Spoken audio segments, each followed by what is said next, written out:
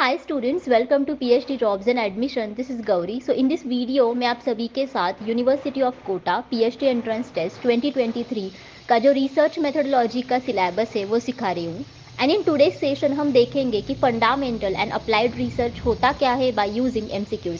सो ये दोनों भी बहुत ही इंपॉर्टेंट रिसर्च के टाइप्स है एंड इनके ऊपर आपको हमेशा एग्जाम्स में क्वेश्चंस पूछे जाते हैं। And that's why fundamental and applied research के जितने भी सारे कॉन्सेप्ट्स हैं वो मैंने इस वीडियो में आप सभी के लिए कवर किए हैं। एंड दैट्स वाई स्टूडेंट्स, ये वीडियो आप सभी को एंड तक देखना है ताकि आपके सारे कॉन्सेप्ट्स क्लियर हो जाएंगे by using MCQs. So students, now let us begin with this session. So students, आप सभी को तो पता है कि यूनिवर्सिटी ऑफ कोटा यहाँ पे पीएचडी एंट्रेंस टेस्ट है एंड वो भी 5 अगस्त को है, राइट। एंड इस एंट्रेंस टेस्ट में सभी कैंडिडेट्स को 2 पेपर्स देने हैं, paper 1 and paper 2। So paper 1 is common for everyone, जो कि रिसर्च मेथोडोलॉजी के लिए है, and paper 2 is for concern subject, right. So students, आपको दोनों ही पेपर्स में अच्छे मार्क्स स्कोर करने हैं, तभी आप पीएचडी एंट्रेंस टेस्ट को क्वालिफाई कर सकते हो।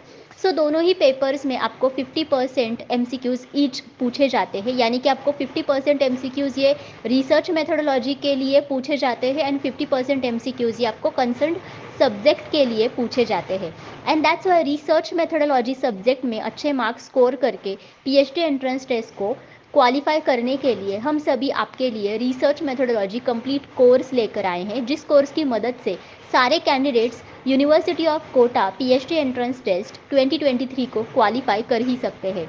सो इस कोर्स में सभी कैंडिडेट्स को full syllabus video lectures provide किए जाते हैं, जिसमें थियरीज एंड एमसीक्यूज़ दोनों के ऊपर भी लेक्चर सीरीज़ अवेलेबल है। सभी को full syllabus notes and mock test provide किए जाते हैं। सो हमारे पास ऐसे 10 मॉक टेस्ट अवेलेबल है and each mock test contains 40 MCQs. And that's why सभी के एक्चुअली 400 एमसीक्यूज़ इन्हीं मॉक टेस्ट से कवर हो ही जाते हैं।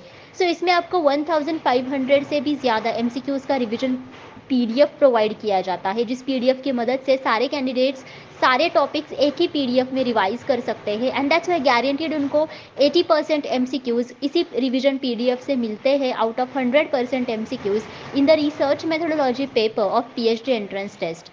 और ये जो सारा स्टडी मटेरियल है ये भी सभी कैंडिडेट्स को हिंदी एंड इंग्लिश इन दोनों ही लैंग्वेजेस में प्रोवाइड किया जाता है। सो स्टूडेंट्स, अगर आपको कंप्लीट कोर्स को परचेस करना है देन कैंडिडेट्स इधर ग्लोबल ऑनलाइन ऐप डाउनलोड कर सकते हैं फ्रॉम द प्ले स्टोर, जिसके लिए मैंने लिंक इस वीडियो के डिस्क्रिप्शन बॉक्स में आप सभी के साथ शेयर की है, या फिर व्हाट्सएप नंबर्स जो मैंने स्क्रीन पर मेंशन किए हैं उनमें से किसी भी व्हाट्सएप नंबर पर जाकर वो व्हाट्सएप थ्रू मुझे कांटेक्ट करके इंक्वायरी कर सकते हैं। देखो, कोर्स की फ़ीस भी बहुत कम है, which is only 699। And income fees में हम सारे कैंडिडेट्स को गारंटीड सिलेक्शन करवा देते हैं कि सारे कैंडिडेट्स गारंटीड रिसर्च मेथोडोलॉजी में अच्छे मार्क्स स्कोर करके पीएचडी एंट्रेंस टेस्ट को क्वालिफाई कर ही लेते हैं। ओके, सो स्क्रीन पर जितने भी सारे यूनिट्स मैंने मेंशन किए हैं इन सारे यूनिट्स के ऊपर हमारे पास video lectures, notes, mock test and revision PDF available है, बिकॉज इन सारे यूनिट्स के ऊपर आपको पीएचडी एंट्रेंस टेस्ट में क्वेश्चंस पूछे जाते हैं। Okay, First question is, which of the following research focuses on enhancing the corpus of knowledge in a given field? So इनमें से कौन सा रिसर्च टाइप ऐसा है जो बेसिकली फोकस करता है ताकि हम किसी भी फील्ड का जो नॉलेज है उसको एनहांस कर सके। बेसिकली कॉर्पस का मतलब होता है कि कोश, मतलब किसी भी नॉलेज का जो कोश है, ओके, उसको हम लोग बढ़ा सके in any kind of given field. So whether it is action research, whether it is applied research, और whether it is evaluative research, और whether it is fundamental research. Now students, let us see step by step each and every research type over here. सो सबसे पहले है action research. So students, action research एक ऐसा research है जिसका इस्तेमाल most of the people ये education field में करते हैं ताकि वो लर्निंग प्रोसेस को स्टडी कर सके। बिकॉज लर्निंग प्रोसेस को स्टडी करने के लिए वहाँ पे एक्शन लेने की बहुत ज़रूरत पड़ती है। And that's Y action research ये बेसिकली जो इमीडिएट प्रॉब्लम्स होते हैं उनको इमीडिएटली सॉल्व करने के लिए किया जाता है। And that's Y action research follows a cyclic path, जिसमें सबसे पहले हम लोग प्लान करते हैं, देन आफ्टर दैट हम लोग एक्ट करते हैं, यानी कि एक्शन लेते हैं, देन आफ्टर दैट हम लोग ऑब्जर्व करते हैं, and then after we reflect. मतलब ऑब्जर्व करने के बाद उस ऑब्जर्वेशन के ऊपर हम लोग रिजल्ट्स बनाते हैं, या फिर यू कैन से कि ऑब्जर्वेशंस को हम लोग रिफ्लेक्ट करते हैं एंड अगेन हम लोग प्लान करते हैं, एक्ट करते हैं, ऑब्जर्व करते हैं, रिफ्लेक्ट करते हैं. सो ऐसा जो साइकिल है वो एक्शन रिसर्च में शुरू रहता है. Second is applied research. Applied research या एक्शन रिसर्च का ही एक सब टाइप है, बट इन दोनों में एक ही डिफरेंस है एंड वो है कि अप्लाइड रिसर्च में हम लोग प्रिंसिपल्स या फिर लॉज या फिर थियरीज को हमारे रिसर्च में अप्लाई करते हैं. सो बेसिकली यहाँ पे एक्शन के लिए लॉज या फिर प्रिंसिपल्स को अप्लाई किया जाता है. ओके, इवैल्यूएटिव रिसर्च में बेसिकली इवैल्यूएशन किया जाता है. ओके, सो यहाँ पे हम लोग सिस्टमैटिक असेसमेंट करते हैं. सो किन चीज़ों की यहाँ पे सिस्टमैटिक असेसमेंट होती है, जैसे कि देखो वर्थ ऑफ द टाइम और मेरिट ऑफ टाइम, या फिर मनी का इवैल्यूएशन आप यहाँ पे कर सकते हो, एफर्ट्स का इवैल्यूएशन कर सकते हो, रिसोर्सेज का भी इवैल्यूएशन कर सकते हो. ओके, सो इन सारी चीज़ों को जब भी हम लोग इवैल्यूएट करते हैं देन हमें वहाँ से हमें एक प्रॉपर गोल मिलता है. ओके, एंड दैट्स वाई जिन चीज़ों की मदद से हमें प्रॉपर गोल मिलता है उन चीज़ों को असिस्ट करने के लिए या फिर उन चीज़ों को इवैल्यूएट करने के लिए इवैल्यूएटिव रिसर्च का इस्तेमाल किया जाता है. And now the last one is fundamental research which is also called as the basic research और प्योर रिसर्च. सो इस रिसर्च की मदद से हम सभी लोग ईदर थियरी को बिल्ड या फिर इम्प्रूव कर सकते हैं, and as well it makes specific contribution to academic body of knowledge by adding principles and laws in research area. So fundamental research की मदद से हम सभी लोग academic area में जितना भी कुछ नॉलेज है वो बेसिकली हम लोग इम्प्रूव करते हैं. ओके, एंड दैट्स वाई इसमें हम लोग एक्चुअली जो लॉज होते हैं, प्रिंसिपल्स होते हैं, वो यहाँ पे बना के हम लोग एकेडमिक जो फील्ड है इसमें हम लोग बढ़ावा दे सकते हैं. एंड दैट्स वाई देखो फंडामेंटल रिसर्च एक ऐसा रिसर्च है, basically it focuses on enhancing the corpus of knowledge in a given field. And that's why इस क्वेश्चन का आंसर है 4 विच is fundamental research. If the purpose of the research is for theory building, then it is a. Now ये बहुत ही easy question है. यहाँ पे पूछा है कि किसी भी research का purpose अगर ये है कि हम लोग theory को build कर सके, then उस research को क्या कहा जाता है. Whether हम इसको एक्शन रिसर्च कहते हैं या फिर हिस्टोरिकल रिसर्च कहते हैं या फिर फंडामेंटल रिसर्च या फिर अप्लाइड रिसर्च. जैसे हमने पिछले क्वेश्चन में देखा था कि fundamental research is the research which aims at theory formation और theory building, right. And that's why fundamental research का यही एक पर्पस होता है कि हम सभी लोग थियरी को फॉर्मुलेट कर सके. एंड दैट्स वाई इस क्वेश्चन का आंसर है फंडामेंटल रिसर्च. एंड हम सभी ने देखा exactly what is action research and applied research. Now let us see historical research क्या है. So historical research as the name suggest, basically इसमें हम सभी लोग पास्ट इवेंट्स को स्टडी करते हैं ताकि उनकी मदद से हम लोग फ्यूचर को प्रेडिक्ट कर सके एंड एज वेल हम लोग प्रेजेंट को प्रेडिक्ट कर सके. ओके, सो हिस्टोरिकल रिसर्च में काफ़ी सारे पास्ट इवेंट्स के ऊपर स्टडी किया जाता है. एज वेल जो आर्कियोलॉजिकल मॉन्यूमेंट्स है उनके ऊपर भी यहाँ पे स्टडी किया जाता है. एंड एज वेल जितने भी पास्ट में लिटरेचर्स हुआ करते थे उसके ऊपर स्टडी किया जाता है. एंड जो रिकॉर्डेड पिक्चर्स या फिर वीडियोस रहते हैं पास के उनको भी यहाँ पे यूज करके उनके ऊपर स्टडी किया जाता है. And that's why the correct answer is 3 over here which is fundamental research. इसी के साथ हम आप सभी के लिए university of Kota PhD entrance test 2023 का पेपर 2 का स्टडी मटेरियल भी प्रोवाइड करते हैं, जिस स्टडी मटेरियल की मदद से सारे स्टूडेंट्स पेपर 2 में भी अच्छे मार्क्स स्कोर कर ही लेते हैं. सो इस स्टडी मटेरियल में सभी स्टूडेंट्स को full syllabus notes and MCQs provide किए जाते हैं. सो एमसीक्यूज सेक्शन में सभी स्टूडेंट्स को most expected MCQs and PYQs provide किए जाते हैं, जिनकी मदद से सारे स्टूडेंट्स पेपर 2 में अच्छे मार्क्स स्कोर कर ही देते हैं. सो स्क्रीन पर जितने भी सारे सब्जेक्ट्स मैंने मेंशन किए हैं उन सारे सब्जेक्ट्स के ऊपर हमारे पास पेपर 2 का स्टडी मटेरियल अवेलेबल है. अगर स्टूडेंट्स को किसी और सब्जेक्ट के लिए स्टडी मटेरियल चाहिए देन उसके लिए स्टूडेंट्स मुझे कमेंट करके पूछ सकते हैं. पेपर 2 स्टडी मटेरियल की फ़ीस सिर्फ 999 है एंड इनकम फीस में हम सारे कैंडिडेट्स को गारंटीड सिलेक्शन करवा ही देते हैं. To join paper 1 and paper 2 courses students मुझे स्क्रीन पर दिखाई गए नंबर्स पर जाकर व्हाट्सएप थ्रू कॉन्टैक्ट कर सकते हैं. Next, Newton gave three basic laws of motion. Now this research is categorized as, now Newton ने जो three basic laws of motion दिए थे, एंड हम सभी को वो लॉज पता है because we have studied them in our schools. So Newton ने जो रिसर्च किया था जिसमें उन्होंने three basic laws of motion हमें दिए थे, सो उस प्रकार के रिसर्च को क्या कहा जाता है और वो बेसिकली किस टाइप ऑफ रिसर्च में आता है. सो वेदर वो डिस्क्रिप्टिव रिसर्च में आता है या फिर सैम्पल सर्वे में आता है या फिर फंडामेंटल रिसर्च में आता है या फिर अप्लाइड रिसर्च में आता है. सो न्यूटन इन्होंने हमें three basic of laws motion दिए. सो बेसिकली हमें इन्होंने लॉज प्रोवाइड किए, right, and laws are nothing but what, the basic principles.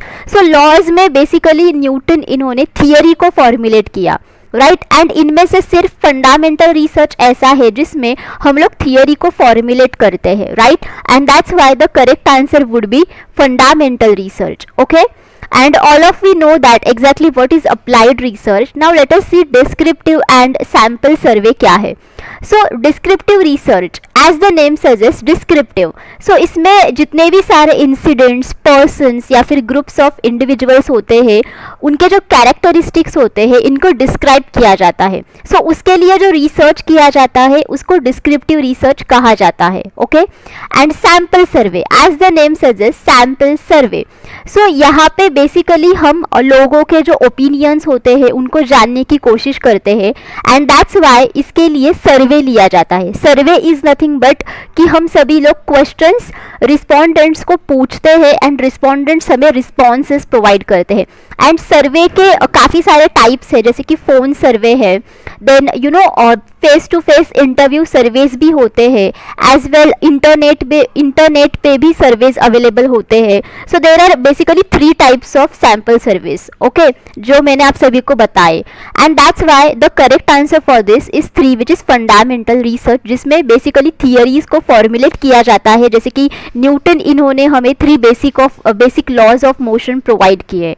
Okay, next, which of the following is one of the commonly used bibliography database. So यहाँ पे हमें 4 options provide किए हैं, and इनमें से कौन सा बिब्लियोग्राफी डेटाबेस है जिनको हम कॉमनली यूज करते हैं. So students, let us see first of all different options. ESIC, then CINAHL, then एडसिन and CanSLIT. So let us see first of all कि एग्जैक्टली बिब्लियोग्राफी डेटाबेस होता क्या है. डेटाबेस यानी कि इसमें काफ़ी सारा डेटा होता है, एंड बिब्लियोग्राफी यानी कि जो रेफरेंसेस हम लोग रेफर करते हैं for our research, and as well जो बुक्स बेसिकली हम लोग रेफर करते हैं फॉर आर रिसर्च. सो ये इन दोनों को भी मिला के जो डेटाबेस तैयार होता है उसे बिब्लियोग्राफी डेटाबेस कहा जाता है. एंड बेसिकली ये डेटाबेस इलेक्ट्रॉनिक फॉर्मेट में होता है. इलेक्ट्रॉनिक फॉर्मेट यानी कि ये डेटाबेस हमें ऑनलाइन मोड से मिलता है, मतलब इलेक्ट्रॉनिकली मिलता है, जैसे कि इंटरनेट पे, और यू कैन से किसी भी प्रकार के वेबसाइट से मिलता है. सो इनमें से the correct answer is basically CINAHL, because CINAHL ये एक इलेक्ट्रॉनिक डेटाबेस है जिसका फुल फॉर्म है cumulative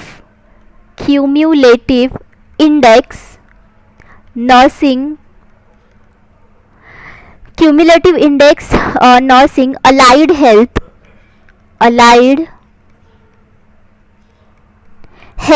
literature. Okay, literature. And ये जो डेटाबेस है ये बेसिकली नर्सिंग एरियाज में काफ़ी यूज़ किया जाता है. So I will describe you about this in short terms. So basically this is the literature which is related to nursing and allied health disciplines, including medical records and physical and occupational theory available in this database. So ये जो database है इसका इस्तेमाल basically nursing and allied health sciences में किया जाता है, and इसमें हम सभी को काफ़ी सारे medical records मिलेंगे, as well हमें physical records मिलेंगे, मतलब physical records which are relevant to medical field वो मिलेंगे हमें. देन ऑक्यूपेशनल थेरेपी के रिलेवेंट जितने भी सारे रिकॉर्ड्स है वो भी इसमें हम सभी को मिलेंगे. And that's why the correct answer for this question is two, which is CINAHL. Okay, जो कि एक कॉमनली यूज्ड बिब्लियोग्राफी डेटाबेस है. Next is scientific research has the ultimate goal of explaining any phenomenon by. So scientific research का एक ultimate goal होता है कि वो हम सभी को किसी भी प्रकार के फिनोमिनन को एक्सप्लेन कर सके by the use of what, whether conditional laws की मदद से या फिर लॉ ऑफ यूनिकनेस की मदद से या फिर लॉज ऑफ इंट्यूशन की मदद से या फिर लॉज ऑफ जनरलाइजेशन की मदद से। जैसे कि हम सभी ने कल के ही सेशन में देखा था कि scientific research follows the scientific method, and scientific method में काफ़ी सारे सिस्टमैटिक स्टेप्स होते हैं, राइट। एंड दैट्स वाई जो हमारा जो लास्ट स्टेप होता है वो होता है कि हम सभी लोग रिजल्ट्स जब भी हमारे बनते हैं, राइट, देन आफ्टर दैट हम सभी लोग उनको कंक्लूड करते हैं। सो और एक बात ये है कि बेसिकली सभी रिसर्चर टारगेट पॉपुलेशन को टारगेट करना चाहता है, एंड टारगेट पॉपुलेशन में नंबर ऑफ पार्टिसिपेंट्स बहुत ज़्यादा होते हैं, एंड दैट्स वाई हम सभी लोग क्या करते हैं कि टारगेट पॉपुलेशन से स्मॉल नंबर ऑफ सैम्पल्स को सिलेक्ट करते हैं एंड उनके ऊपर हम लोग स्टडी करते हैं।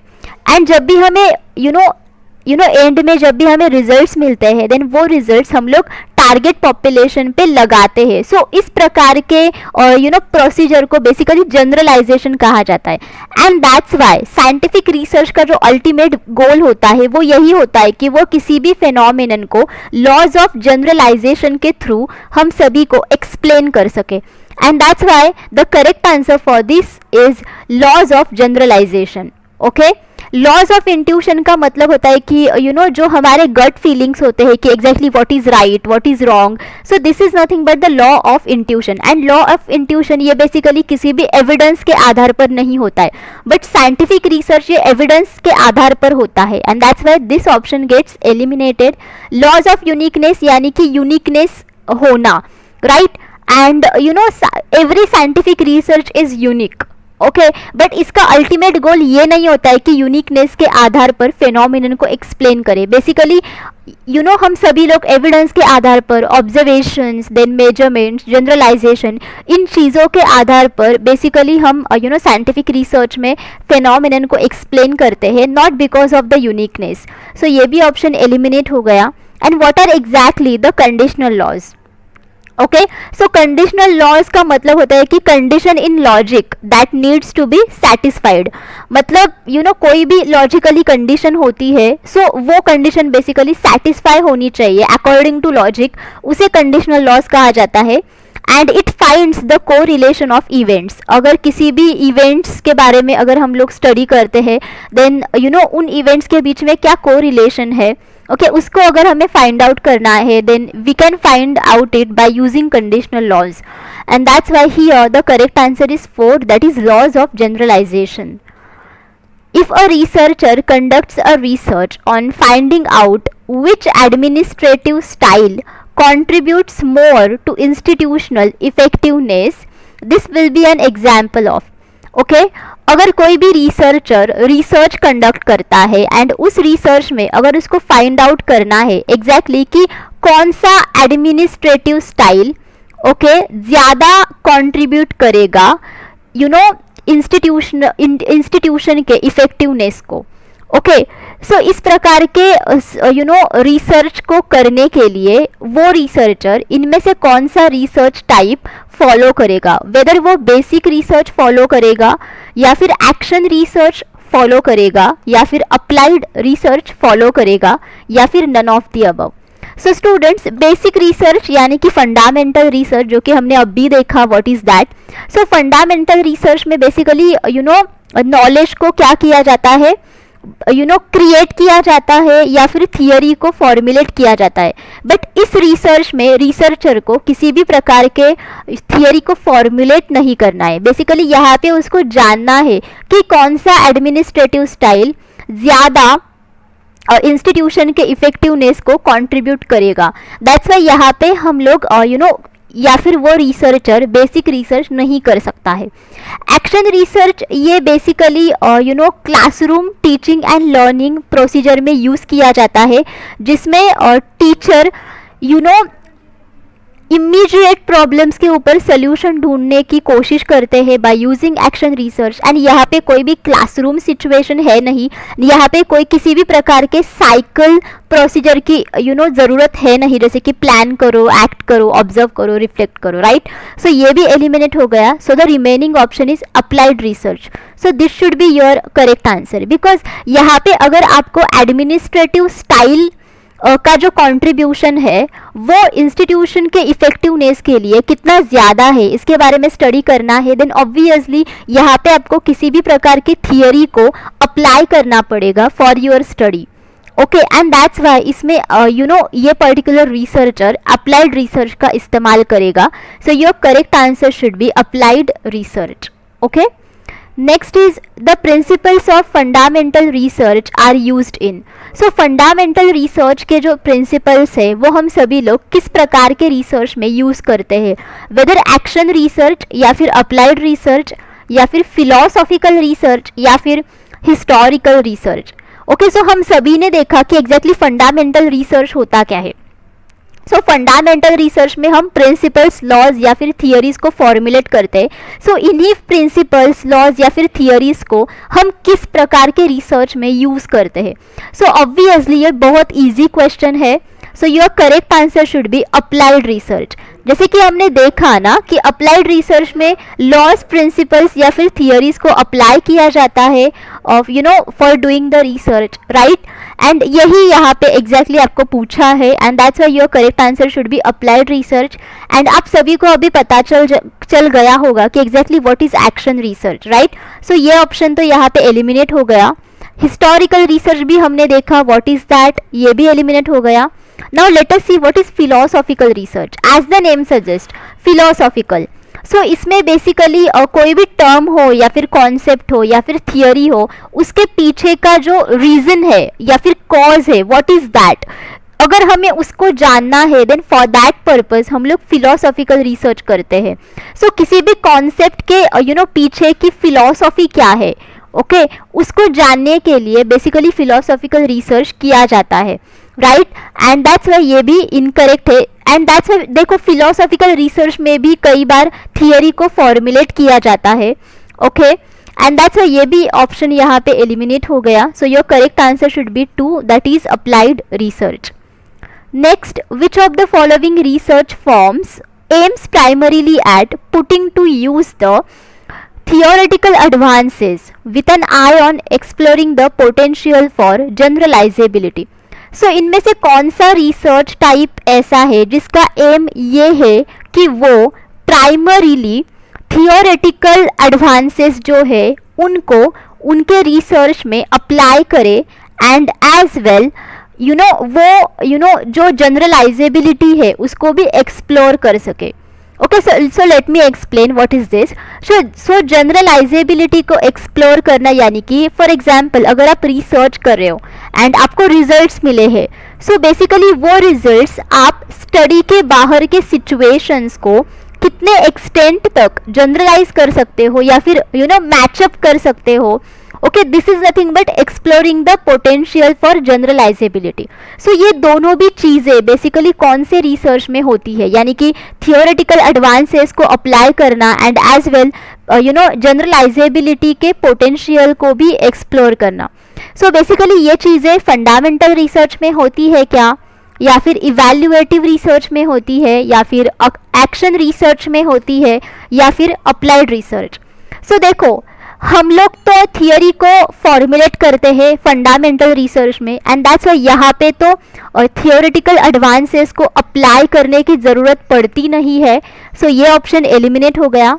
इवैल्यूएटिव रिसर्च में क्या किया जाता है, इसमें बेसिकली चीज़ों को असिस किया जाता है, जिन चीज़ों के लिए हमारे गोल्स होते हैं, जैसे कि टाइम, मनी, राइट। सो इन चीज़ों को बेसिकली क्या किया जाता है, यहाँ पे स्कोर किया जाता है कि कितना ज़्यादा है, कितना कम है, मतलब इवैल्यूएशन किया जाता है। सो यहाँ पे किसी भी प्रकार का इवैल्यूएशन नहीं हो रहा है। So this gets eliminated. Action research ये मेनली क्लासरूम में टीचिंग एंड लर्निंग प्रोसेस के लिए इस्तेमाल किया जाता है, एंड यहाँ पे किसी भी प्रकार का teaching and learning classroom procedure है नहीं, सो ये भी एलिमिनेट हो गया। सो बचा हुआ ऑप्शन है अप्लाइड रिसर्च। सो ये आपका सही आंसर है, बिकॉज अप्लाइड रिसर्च में हम वैसे भी थियरीज को अप्लाई करते हैं, and as well applied research में जनरलाइजेबिलिटी का पोटेंशियल क्या है इसको भी एक्सप्लोर किया जा सकता है। Okay, so your correct answer should be 4, that is applied research. Next is, on what is the social research function of the scientific method not based? So इनमें से कौन सा ऑप्शन ऐसा है जिसके ऊपर social research function of the scientific method depend नहीं है? So whether it is thinking or testing or experiment or rationality. Okay, so students यहाँ पे देखो टेस्टिंग। सो देखो रिसर्च में तो हम सभी लोग टेस्टिंग करते हैं, जैसे कि hypothesis testing, right.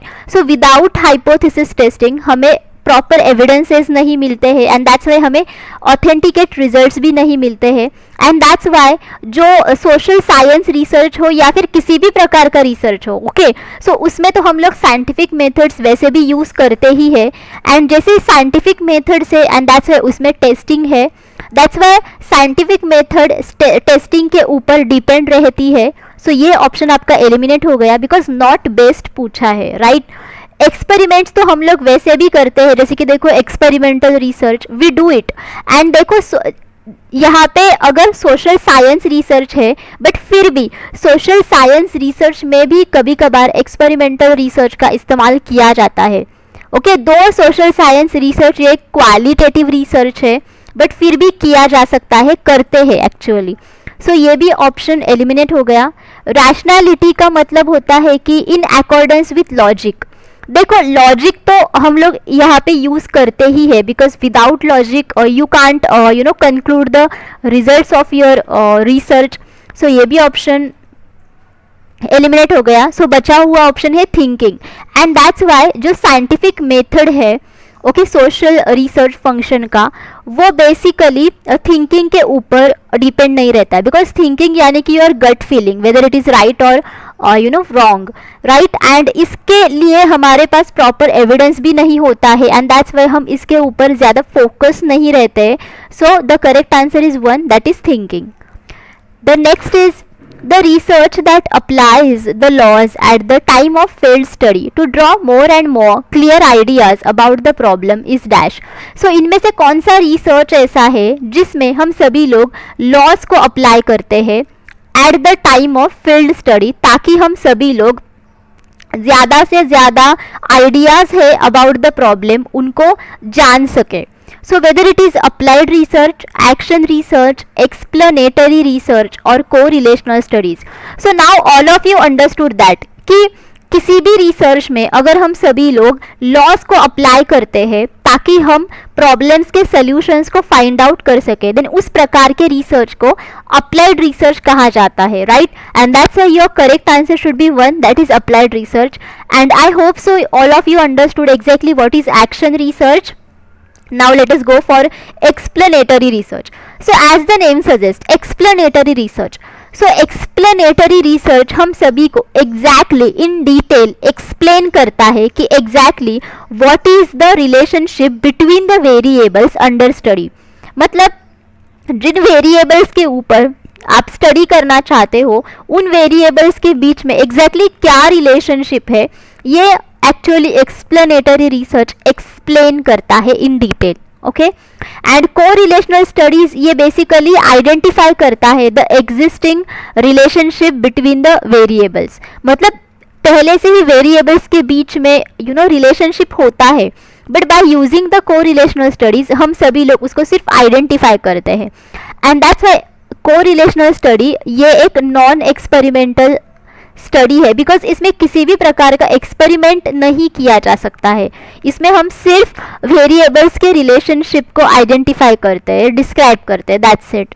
But explanatory research में बेसिकली एक्सपेरिमेंट्स किया जा सकता है, बिकॉज अगर हमें वेरिएबल्स के रिलेशनशिप को एक्सप्लेन करना है देन उसके लिए हमें टेस्टिंग करने की ज़रूरत पड़ती है, एंड दैट्स वाई ये एक एक्सपेरिमेंटल स्टडी है. बट को रिलेशनल स्टडी ये कोई भी प्रकार का एक्सपेरिमेंटल स्टडी है नहीं. So your correct answer over here is one, that is applied research. So students, thank you for watching this session. So if you have any doubts, you can ask me in the comment box.